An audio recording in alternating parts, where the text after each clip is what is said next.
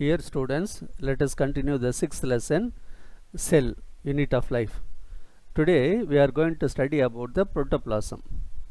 Actually, நம்ம ஒரு செல் எடுத்துட்டோமாக்க செல்லில் வந்து மூணு முக்கியமான பகுதி இருக்குது. ஒன்று வந்து செல் வால், the outermost cover is the cell wall.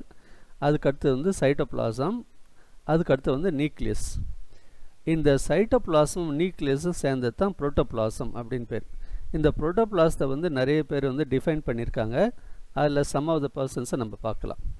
First வந்து கார்டி ஃபர்ஸ்ட் அப்சர்வ்ட் த புரோட்டோபிளாசம். ஆனால் அவர் நேம் பண்ணலை, புரோட்டோபிளாசன்றது அவர் வைக்கல அந்த நேமை. அடுத்தது வந்து Felix Dujardin observed a living juice in animal cell and called it as a சார்கோடு.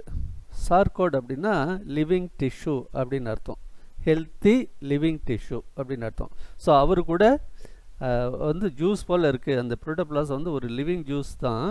ஆனால் அவருக்கு வந்து கரெக்டாக நேம் பண்ணலை. ஸோ அவர் கொடுத்த நேம் வந்து சார்கோடு. அடுத்தது வரவர் தான் பர்குஞ்சி. ஸோ இவர் தான் வந்து 1839 coined the term protoplasm for the sap inside the plant cell. So is the first person to give the name protoplasm. அடுத்து Hugo von Mohl in 1846 indicated importance of the protoplasm. Protoplasm வந்து ரொம்ப ரொம்ப முக்கியம் அப்படின்னு சொன்னவர். So எல்லோரும் accept பண்ணுற மாரி ப்ரப்போஸ் பண்ணவர் ஹக்ஸ்லி தான், அதை நம்ம பார்க்கலாம். அடுத்தது Max Schultze established a similarity between the protoplasm and sarcode and proposed protoplasm theory. So கடைசியாக Huxley in 1868 proposed protoplasm as a physical basis of life. அதாவது என்னென்னா புரோட்டோபிளாசம் இல்லாமல் லைஃப் வந்து பாசிபிள் இல்லை அப்படின்னு வந்து ஹக்ஸ்லி சொன்னார். ரைட், இப்போ அந்த புரோட்டோபிளாஸ்டோடைய கேரக்டர்ஸை நம்ம பார்க்கலாம். அது வந்து புரோட்டோபிளாசம் வந்து ஒரு கொல்லாய்டல் சிஸ்டம். கொல்லாய்டல் அப்படின்னு சொன்னால் made up of water, dissolved in water are many substances. So பாருங்கள், protoplasm is a complex colloidal system which was suggested by Fisher in 1894 and Hardy in 1899. It is primarily made up of water and various other solutes of biological importance such as glucose, fatty acids, amino acids, minerals, vitamins, hormones and enzymes. These solutes may be homogeneous. Homogeneous அப்படினு சொன்னா made up of only one type of material, or heterogeneous அப்படினா different types of material which is insoluble in water, which forms the basis for its colloidal nature. Right, இப்போ நம்ம பார்க்க போகிறது வந்து physical properties of protoplasm. ஒரு ரொம்ப முக்கியமான ஒரு 5 மார்க் கொஸ்டின். என்னென்ன பார்க்கலாம். Protoplasm exist either in semi solid state called gel or maybe in liquid state called sol. The colloidal protoplasm which is in gel form can change into sol. எப்படின்னாக்க ஜெல்ன்றது வந்து கொஞ்சம் ஹார்டாக இருக்கும் இல்லையா, மோர் சாலிட்ஸ். அப்போ கொஞ்சம் வாட்டர் ஆட் பண்ணால் அது சோலாக மாறிடும். ஸோ அதுக்கு பேர் என்ன சொல்லலாம், solation. Gel form can change into sol form by solation. அதே போல் the sol can be change into gel by gelation. ஜீலேஷனா removal of water. So water content வந்து லிக்விட் அது மோர் வாட்டர் கண்டென்ட் இல்லையா, அதில் இருக்கக்கூடிய வாட்டர் கண்டென்ட் எடுத்துகிட்டு அது என்ன மாறிடும், செமி சாலிடாக மாறிடும். அதுக்கு பேர் வந்து ஜீலேஷன் அப்படின்னு பேர். ஸோ அதுதான் இங்கே கொடுத்துருக்கோம். Gel can be converted to sol அல்லது sol can be converted to gel. Right, இப்போ ப்ராப்பர்ட்டிஸ் போகலாம். மொத்தம் ஒரு 9 ப்ராப்பர்ட்டிஸ் இருக்குது, எல்லாமே ஈஸியானது தான். பாருங்கள், protoplasm is a translucent. Translucent என்னது, transparent, odourless and polyphasic fluid. Polyphasic na dissolved in the water or many substances, glucose, amino acids அதெல்லாம். அதனால இதுக்கு பேர் வந்து polyphasic fluid. அடுத்தது, it is a crystal colloidal solution which is a mixture of chemical substances forming crystalloid. அல்லது அது வந்து என்ன சொல்லுவோம், true solution. True solution என்னது, dissolved in water or sugars, salts, acids, bases etc. அதில் இன்னொரு பார்ட் இருக்குது, அதர்ஸ் ஃபார்மிங் கொல்லாய்டல் சொல்யூஷன். இது வந்து இன்சாலிபிள் பார்ட்டு, அதாவது ப்ரோட்டீன்ஸ், லிப்பிட்ஸ் எக்ஸெட்ரா. அடுத்த மூணாவது ப்ராப்பர்ட்டி பாருங்கள், இந்த most important property that the protoplasm are Brownian movement. இதை நீங்கள் ஃபிசிக்ஸில் படிச்சிருப்பீங்க. ப்ரௌனியன் மூவ்மெண்ட், அதாவது zigzag movement of the molecules அதுக்கடுத்தது அமீபாய்டு மூவ்மெண்ட், அதுக்கடுத்தது சைட்டோபிளாஸ்மிக் ஸ்ட்ரீமிங். சைட்டோபிளாஸ்மிக் ஸ்ட்ரீமிங்னா செல்லில் அப்படியே அந்த சைட்டோபிளாசம் மூவ் ஆகிட்டே இருக்கும். அதுக்கு இன்னொரு பேர் என்னென்னா சைக்ளோசிஸ் அப்படின்னு பேர். அடுத்தது viscosity of protoplasm is 20 to 20 centipoises. The refractive index of the protoplasm is 1.4. So இந்த விஸ்காசிட்டி, ரிஃப்ராக்டிவ் இண்டெக்ஸ் அதெல்லாம் வந்து ஃபிசிக்ஸில் வரக்கூடிய டேர்ம்ஸே உங்களுக்கு நல்லா தெரியும். அதுக்கடுத்தது the pH of the protoplasm is around 6.8. இது ரொம்ப முக்கியமானது. ஏன்னா இதுக்கு மேலேயோ அல்லது கீழே போனாக்கா protoplasm will be denatured and causes the death. So இதை நோட் பண்ணிக்கோங்க. 6.8 pH. அடுத்தது it contains 90% water. அதுவே வந்து டார்மன் சீடாக இருந்தால் 10% தான் இருக்கும். ஏன்னா சீடில் வந்து வாட்டர் கண்டென்ட் அதிகமாக இருந்தால் ஸ்பாயில் ஆகிடும். அதனால் வாட்டர் கண்டென்ட் எவ்வளோ கம்மியாக இருக்கோ அவ்வளோ நல்லது. அடுத்தது approximately 34 elements are present in the protoplasm, but only 13 elements are universal elements. So ஏற்கனவே நம்ம படிச்சிருக்கோம் மினரல் நியூட்ரிஷனில் வந்து there are about 40 மினரல்ஸ் இருக்குது. அதில் வந்து some are required more. அதுக்கு பேர் வந்து என்ன சொல்லணும், macro elements, and some are micro elements. So இதுதான் வந்து முக்கியமான எலமெண்ட்ஸ். பாருங்கள், carbon, hydrogen, oxygen, nitrogen, chloride, calcium, phosphate, sodium, potassium, sulphur, magnesium, iodine and iron. So இதெல்லாம் வந்து ரொம்ப ரொம்ப முக்கியமானது. அதுலேயும் என்னென்னா carbon, hydrogen, oxygen, nitrogen. So இந்த 4 எலமெண்ட் வந்து என்னது, forms about 96% of the protoplasm. So அடுத்த பாயிண்ட் பாருங்கள், protoplasm is neither a good nor a bad conductor of electricity. It forms a delimiting membrane in contact with water and solidifies when heated. அடுத்தது cohesiveness. Particles or molecules of protoplasm are adhered with each other by forces such as van der Waals bonds that hold long chains of molecules together. This property varies with the strength of these forces. அடுத்தது contractility. Protoplasm வந்து கொஞ்சம் அளவுக்கு contract ஆகும், அதுதான். The contractility of protoplasm is important for the absorption and removal of water, especially for stomatal operations. கடைசியா surface tension. The proteins and lipids of the protoplasm have less surface tension, hence they are found at the surface forming the membrane. On the other hand, the chemical substances sodium chloride have high surface tension, so they occur in deeper parts of the protoplasm. So இதுதான் வந்து protoplasm properties, physical properties. அதுக்கடுத்து வந்து நம்ம செல் size and shape. அப்புறம் செல் size வந்து வெவ்வேறு விதமாக இருக்கலாம், ஷேப்பு கூட வெவ்வேறு விதமாக இருக்கலாம். செல் greatly varies in size, shape and also in function. Group of cells with similar structures are called a tissue. அது உங்களுக்கு நல்லா தெரியும்.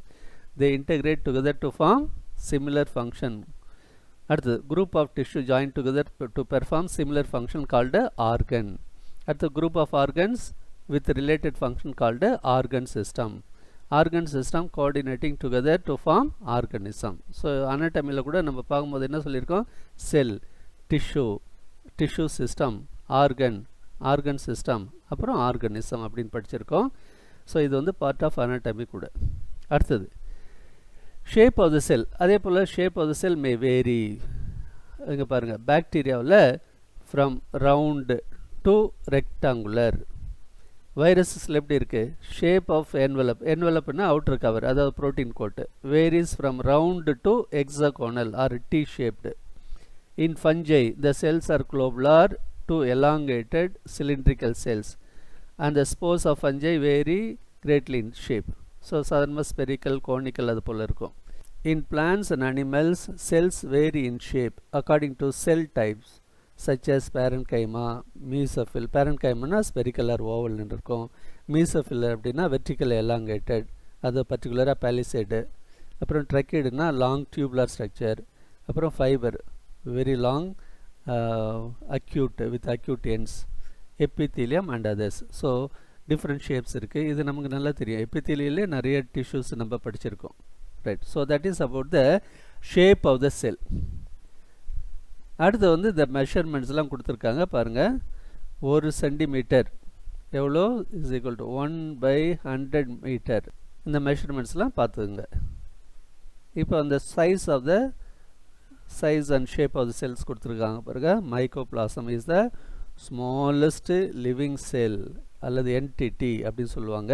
மைக்கோபிளாசம் 0.15 to 0.3 மில்லி மைக்ரான். ஸோ இது என்னன்னு சொல்லணும், இது எம் மில்லி, இது வந்து யூ மைக்ரான், மில்லி மைக்ரான். அடுத்து ஆர்பிசி கொடுத்துருக்காங்க பாருங்கள் 78 பிளான்ட் செல். அப்புறம் எக்கு. ஸோ இருக்கிறதுலே ரொம்ப பெரிய செல் எதுன்னு சொன்னால் egg of an ostrich 50 to 150 millimeter.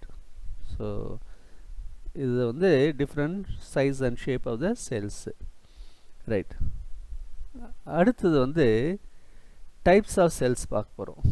So based on the presence of a nucleus, whether it is well developed or not well developed, அதை வந்து 3 விதமாக பிரிக்கிறாங்க. On the basis of the cellular organisation and the nuclear characteristics the cell can be classified into prokaryotes, மீசோகேரியாட்ஸ் and eukaryotes.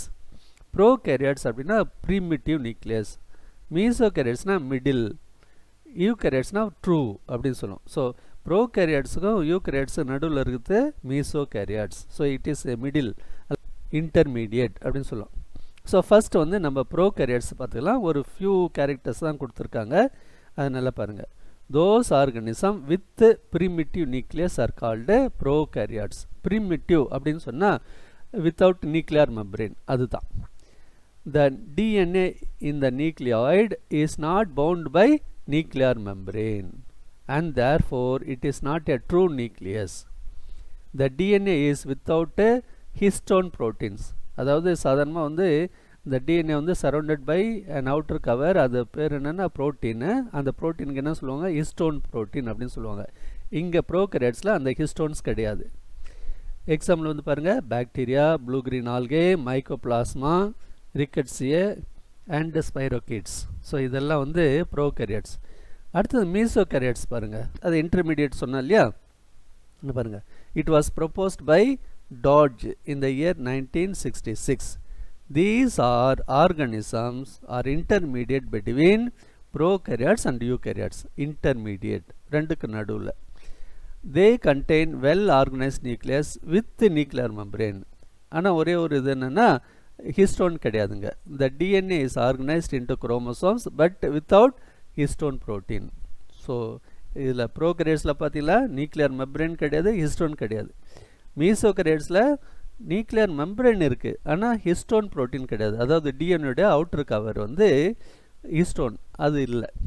அடுத்தது it divides through A mitosis similar to prokaryotes. So ஒரு பக்கம் prokaryote போல் இருக்குது, இன்னொரு பக்கம் யூகேரியாட் போல் இருக்குது. அதனால தான் வந்து மீசோகேரியாட்ஸ் அப்படின்னு பேர் வச்சாங்க. Examples protozoa like Noctiluca, some phytoplanktons like Gymnodinium, Peridinium and Dinoflagellates are representatives of mesokaryotes. So கடைசியா eukaryotes. Eukaryotes என்ன சொல்லிட்டோம், true. Those organisms which have true nucleus are called eukaryotes.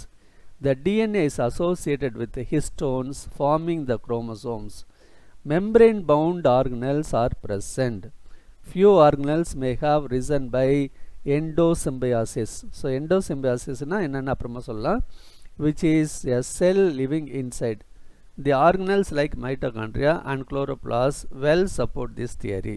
So best example for endosymbiosis is a mitochondria and chloroplast.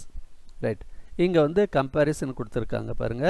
Comparison between prokaryote, mesokaryotes, eukaryotes.